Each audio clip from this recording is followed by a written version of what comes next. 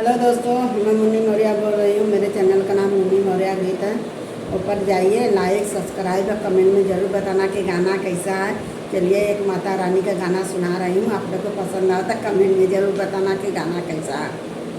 Soda सखी घर का जमेला मेल करा माता रानी से, छोड़ा सखी घर के जमेला मेल करा माता रानी से।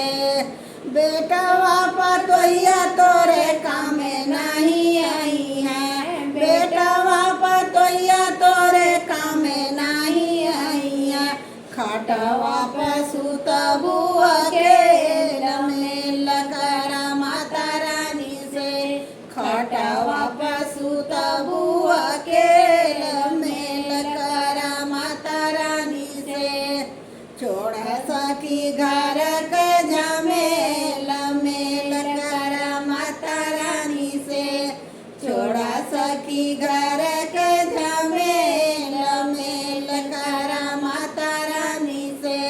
संग मई का पति तोरे कामे नहीं आई है, संग मई का पति तोरे कामे नहीं आई है।